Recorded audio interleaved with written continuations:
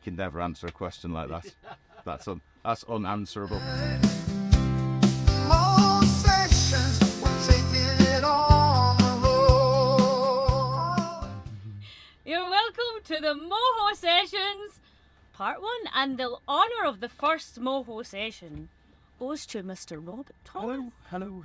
Would you like to introduce yourself and tell the audience out there a bit about you and your musical background? Oh, you're just going to let me talk for a bit now, aren't you? Yes! I truly I am am. Rob Thomas. Hello, how you doing? You alright? So, yeah, I'm a singer-songwriter. Probably started playing properly the last 5 years. Played years ago, but then started actually doing it properly about 5 years ago. So. And I write songs and I sing them. There you go. That's good, isn't it? And can we kind of elaborate on you write songs Yes. and you sing them? What got you into writing songs in the first place? Writing? Probably I only started writing during lockdown, really.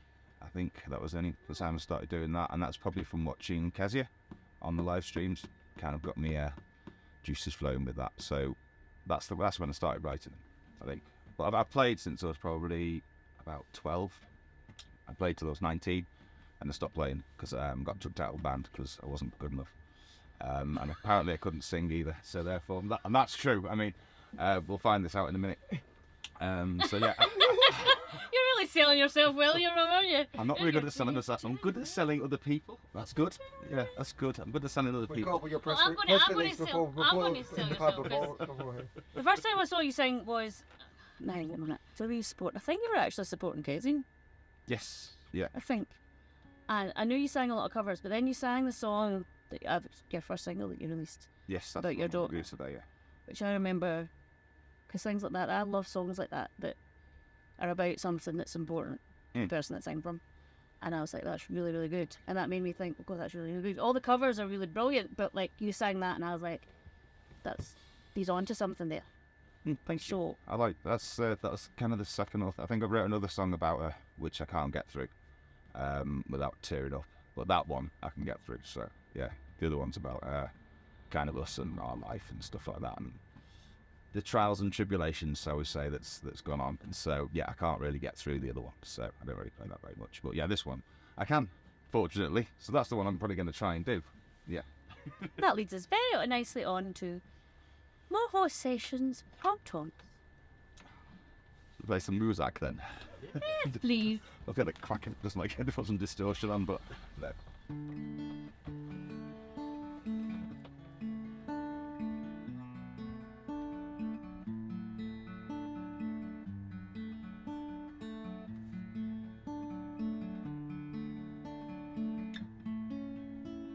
Hope the world will let you see all that you deserve to be.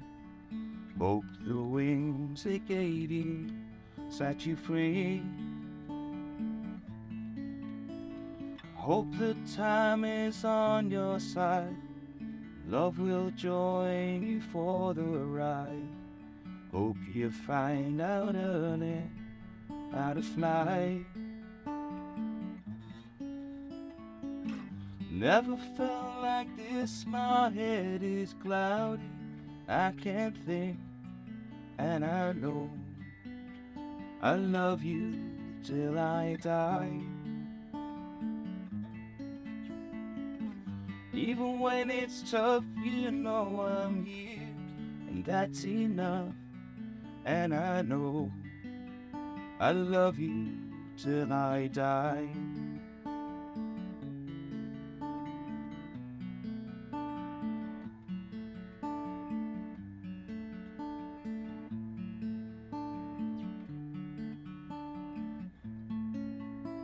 The day at school that seemed the worst, heated words and you got hurt.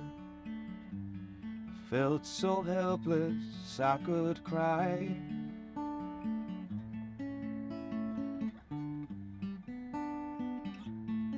I forgot the words to the end song.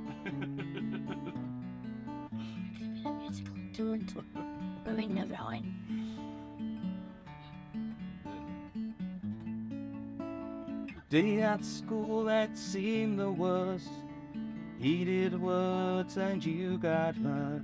I felt so helpless I could cry.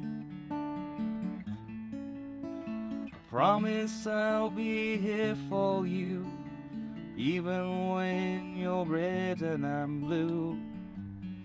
I'll be your word, so tell you why. Never felt like this, my head is cloudy. I can think and I know I love you till I die. Even when it's tough, you know I'm here. That's enough. And I know I love you till I die.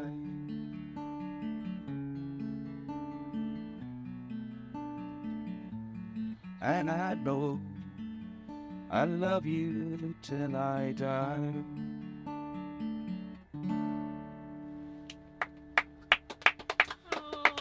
Get your words to your own song. It's ridiculous. Well, that's total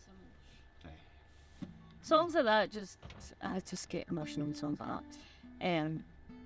Yeah. I like it. I like the song. Yeah, what did your daughter say when she first heard that song? She likes it. She gets embarrassed when I sing it to her. When she's in the audience, she gets very embarrassed, but mainly because I'll actually point her out in the audience. You do? And you tell her to stand up and to just yeah. wave? Pretty much, yeah. I think she does have an embarrassing dad, though. So that's kind of the problem that she deals with. She sent me home the other night when we went for a night out. I was telling her ex-boyfriend off. So she sent me home in the taxi, said, Dad, go home. I was like, okie dokie. Hey, these things happen sometimes, don't they? She's alright, she's still speaking to me now. That's quite quick kind of role reversal, because usually it's the father telling the daughter that they need to go. You see me on a night out? Once or twice. Yeah, sometimes I do get told off. Yeah. Once or twice. Honestly, this is my first gig. Disappear. This is a sober gig, this one. I'm not drinking at this one. Are you driving? Yeah. Driving home tonight, so we'll work tomorrow. Joys? I know. It's all good fun, but it'll be fun. We're looking forward to it. Your second single came out quite recently, isn't it? Yes, that was about 5 weeks ago, I think, that one. 5 weeks? Two, so it seems less too. Yeah, I think it was about 5 weeks ago, I think, that one. It was beginning of October. You're a new artist into things, like, the consumption of music has completely changed. So do you feel like when you release a single, like 5 weeks is not a long time? No. In general. But in music terms, that's like a year. Yeah, it's the first single got to number 2. The second single got to number 3. There's ways and means of getting them up there. But, it's all about streaming and who people doing the same thing at the same time to help artists out, which helps them out a lot. I mean, there's obviously full-time artists as well, but if you get a small group of people doing the same thing at literally the same time, it just boosts people up straight away. So it's just that's what you need people to do. You need to get people to stream your songs, to buy your songs. Pre-saves are the big thing. If you get those, that's what boosts it up into the charts. Guy who lives around by us, he's thinking about 14 or 15, I think. His song went to number 1 in the singer-songwriters biggie, and it also got to, I think, number 8 in the main chart. And he's of school age, so he obviously got a lot of his schoolmates to sort of help him out and download the single. But yeah, it did brilliant. He got to like about 1,400 Spotify followers off that one song, which is brilliant. Obviously, all of his mates have all done it, but again, say same thing, same time, then it kind of pays off basically. So it's quite interesting because I think it's quite a maze sometimes, and it's completely different to. You'd be surprised at the actual amount of numbers you need. So you go up there, it's not as massive as what you think. I mean, you don't stay there. All the main artists that are in, say for the country chart, for example, all the main artists that are always in there are getting streams all day. So they're always going to be there. But it's the independent ones, and it's how long you can stay in there. They sort of go in, and the more you'll get, they'll stay in for as longer. I think my first single stayed at number 2 for about, it was a day or 2, I think. Seemed to know on I go in the singer-songwriter chart rather than country because I'm not really country-ish when I write. I love country music, but I don't write in that way. So But yeah, so I think it stayed for about 2 days, I think. But yeah, it's keeping it in there. That's the way to do it. But so everyone sort of dips in, dips out, but all the main ones will always be in there. I think with the country thing, there was the guy from he wrote what was that song, The Rich Men of. All around North Richmond. Yeah, All around there. all the country artists that were all the independents were doing them were probably just kicking themselves, going, "Oh my god," because he was #1 of everything, and he was in a country chart, so he just went up there. But he was yeah. Anyone that released at that point was just like, oh. I struggled to get to #1. Yeah. No, it's just quite an interesting thing to you. That it's like, man, It's a whole. the whole ball game, like a whole kind of.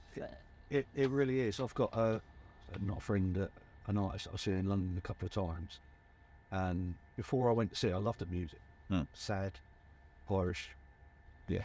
sad songs, but a great voice, and with her accent coming through and back. So I thought, yeah, I'll go, have a go at that. So I looked up a little bit before I looked up the songs, and on Spotify, she had like millions of tunes.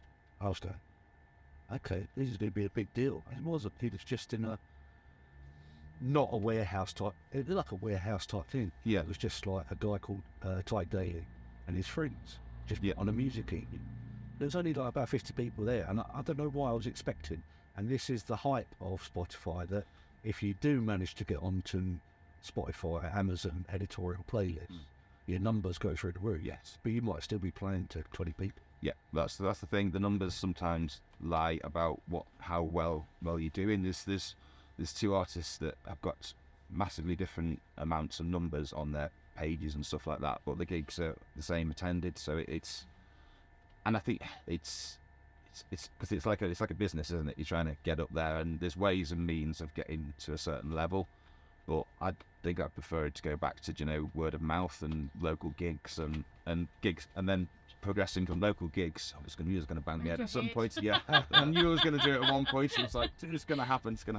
But yeah, progressing up that way, like you did like 30 years ago. But so you can put somebody in there now, and if you paid for certain things, if you wanted to, you could get yourself higher in the charts. But it is false economy, I think, really. Yes, yeah. No, I think you're absolutely right. I mean, it might not be. To be fair, I suppose you need every opportunity you can get. So if you're that desperate to do it, you've got spare money. However, I think it would generally be false economy unless you're a phenomenal artist, and that started off the ball rolling. But yeah, there's definitely because obviously if you've got the talent to back it up, then you're gonna go up and up and up and up. But and there's so many talented artists about. It's brilliant to see. So even just to play British country scene is amazing for singers, and songwriters, and artists, and all sort of Americana and stuff like that. They're all really good. That was where my next question was going. See, the lead way into that was just.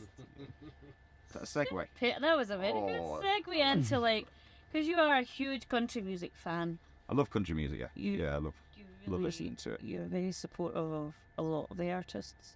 And is there I suppose because you want to be an artist yourself, so is there lessons that you take from the ones that you love? Like you love Kezia Gill, who's just phenomenal and just going places big time. Yeah, you do kind of watch how they go about doing their stuff. I mean, I know where my level is. I love playing pubs, to be honest.